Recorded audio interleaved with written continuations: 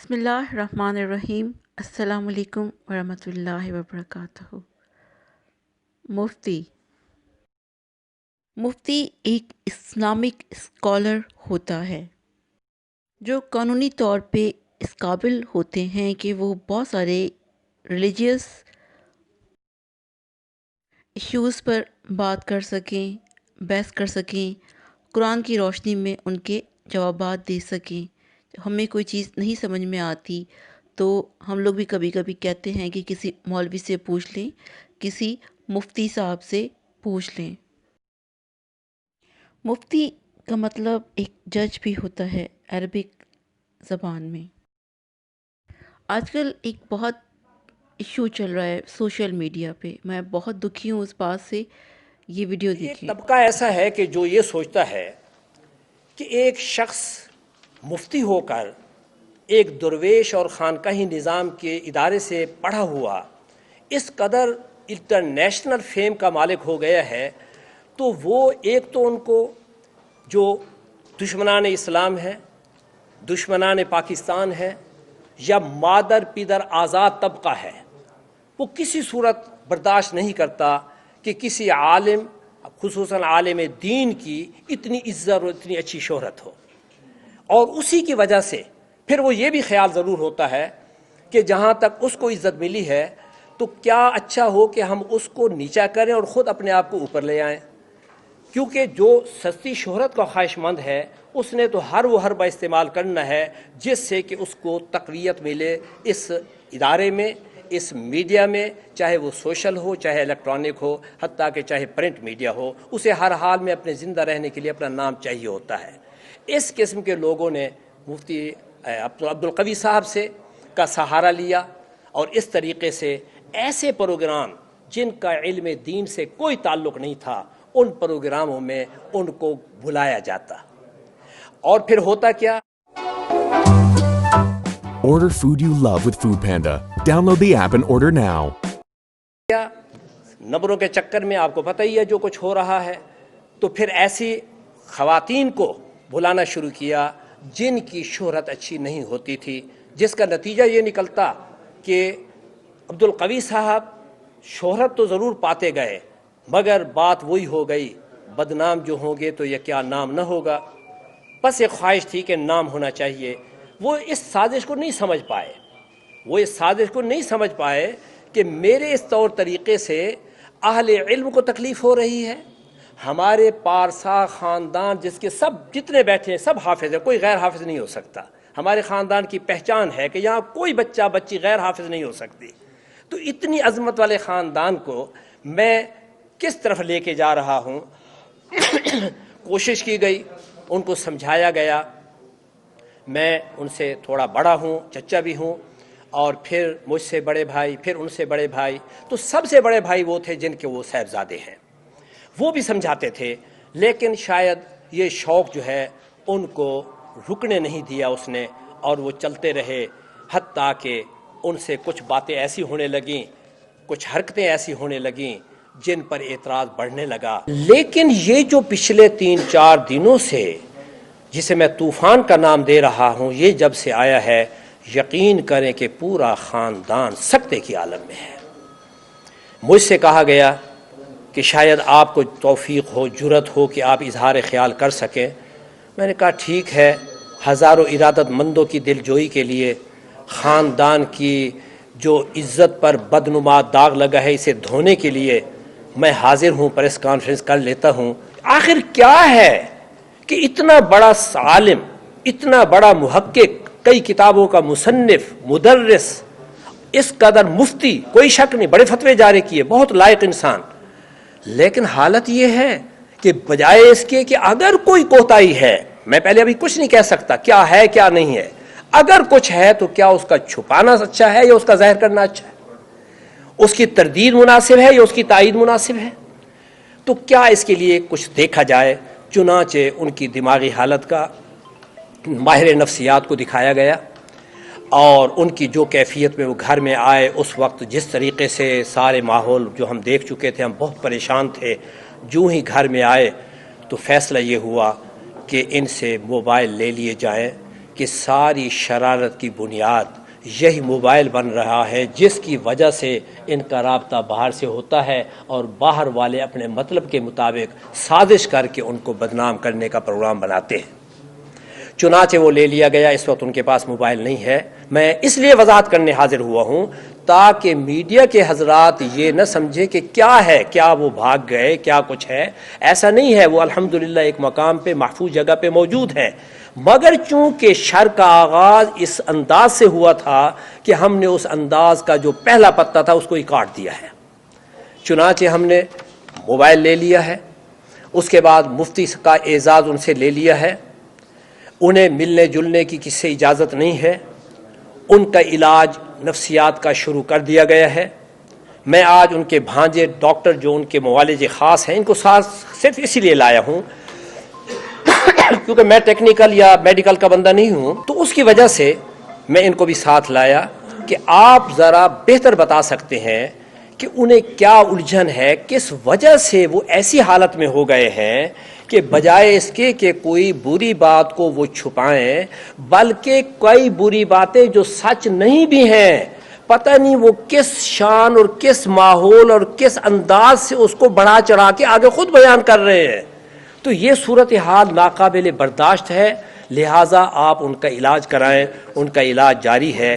اس ساری تمہید کا خلاصہ یہ ہے کہ عبدالقوی صاحب یقیناً کسی گھناؤنی سازش کا شکار ہیں۔ میں بالکل یہ نہیں کہنا چاہتا کہ وہ بے قصور ہیں، کیوں؟ اس لیے کہ ان نے یہ اپنے گرد جو جال بنایا اس کے ذمہ دار بھی وہ خود ہے، وگرنہ وہ اگر احتیاط کا دامن تھامتے اور اس قسم کے ہر ماحول سے پرہیز فرماتے جس میں کہ علماء دین نہیں شرکت کیا کرتے۔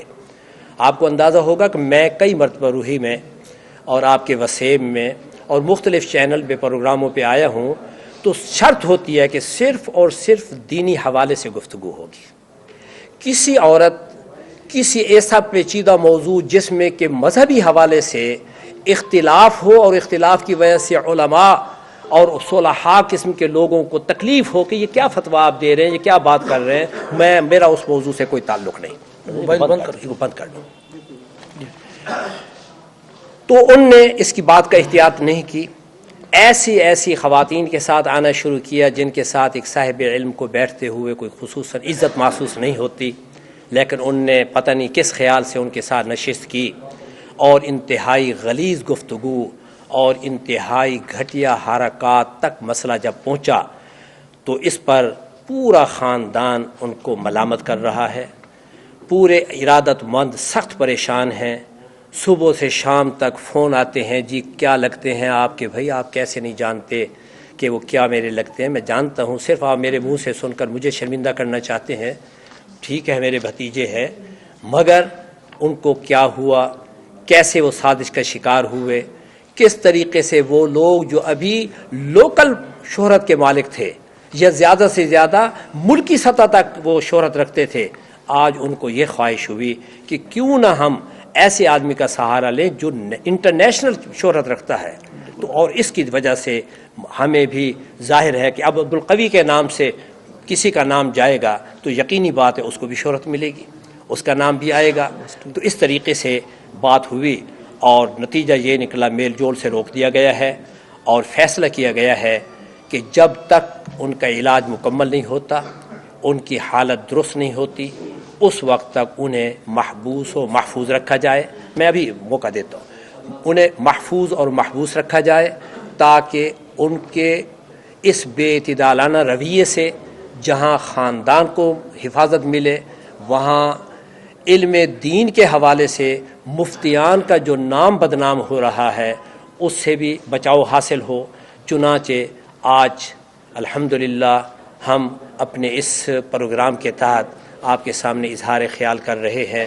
امید ہے کہ ان خیالات کا آپ اظہار برملا کریں گے، جس کا فائدہ یہ ہوگا کہ جو خاندان کے علاوہ دین پہ حرف آ رہا ہے، اسلام پہ حرف آ رہا ہے کہ یہ ہے مفتی کا کردار یا یہ ہے وہ کچھ، تو اسے آپ لوگ سمجھا پائیں گے۔ اور میں اب مائک حوالے کرتا ہوں اپنے ڈاکٹر صاحب کے جو ان کے حقیقی بھانجے ہیں اور کارڈیالوجسٹ ہیں، آپ کے ساتھ ہی ہے کارڈیالوجی کا، تو آپ وہاں جو ہے دیکھ سکتے ہیں کہ اللہ پاک نے ان کو کس قدر، کیونکہ یہ ان کے معالج ہیں اس وقت سے جب ان کو ہارٹ اٹیک ہوا تھا آج سے 4 سال پہلے، پھر اس کے بعد پچھلے دنوں کرونا ہوا، اس کے حوالے سے بھی یہ ان کے معالج تھے، اب ماہر نفسیات بھی ان کے دوست ہیں، ان کے حوالے سے بھی ان کا علاج جاری ہے۔ تو لیجئے آپ ان کی طرف سے سنیے۔ بسم اللہ الرحمن الرحیم۔ جیسا کہ بات کی پروفیسر عبدالواحد ندیم صاحب نے، تو بات تو یہی ہے، ایز اے کارڈیالوجسٹ میں وہاں اسسٹنٹ پروفیسر ہوں کارڈیالوجی، پرویز الہی کارڈیالوجی میں، تو میں ان کا پرسنل ڈاکٹر بھی ہوں، ٹریٹ بھی کرتا ہوں ان کو۔ اب ان کی ایج تقریباً 65-64 کے درمیان ہے۔ مفتی تو اب انہوں نے لے لیا، عبدالقوی صاحب کی ایج 64 ہے۔ تو 60 ایئرس کے بعد ہماری اسٹڈیز کہتی ہے کہ جو پیشنٹ انسومنک ہوتے ہیں، جن کی نیند پوری نہیں ہوتی، ان میں ڈیمینشیا کا پرابلم، اسپیشلی جو ڈائبیٹک ہوں، جن میں شوگر ہو، جن میں بلڈ پریشر ہو، اور جن میں ہارٹ کا پرابلم ہو، یہ تینوں چیزیں ان کے اندر موجود ہیں۔ ان کو اسٹینٹ ڈلے ہوئے ہیں، وہ ڈائبیٹک ہیں، بڑے عرصے سے ہائپر ٹینسیو ہیں، اور ان کی سلیپ ڈسٹربنس ہے۔ تو یہ اسٹڈیز میرے پاس موجود ہے۔ 60 ایئرس کے بعد ایسے لوگوں میں ڈیمینشیا کا پرابلم بڑھ جاتا ہے۔ تو جب ہمیں یہ چیز ڈائگنوز ہوئی تو ہم نے ایک سائیکیٹرسٹ سے، ایک ماہر نفسیات سے رابطہ کیا، انہوں نے ان کی ٹریٹمنٹ سٹارٹ کرائی۔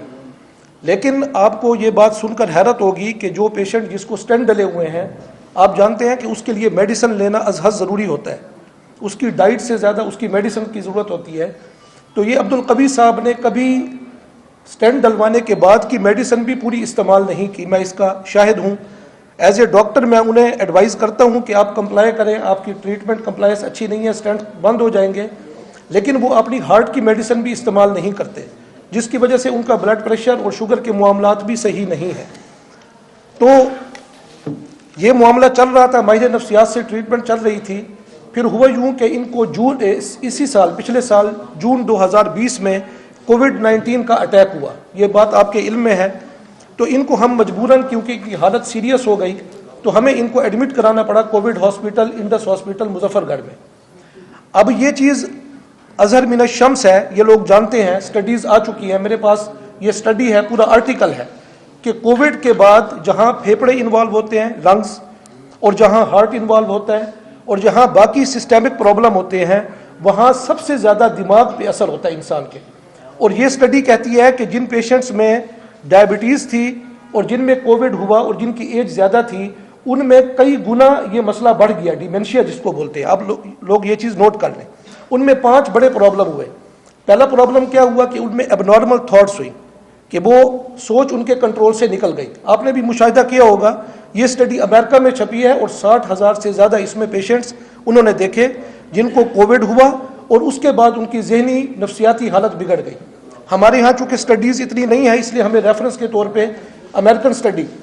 اس کے بعد نمبر 1 ایب نارمل تھاٹس، نمبر 2 کیا تھا، ان میں ایب نارمل بیہیویئر تھا۔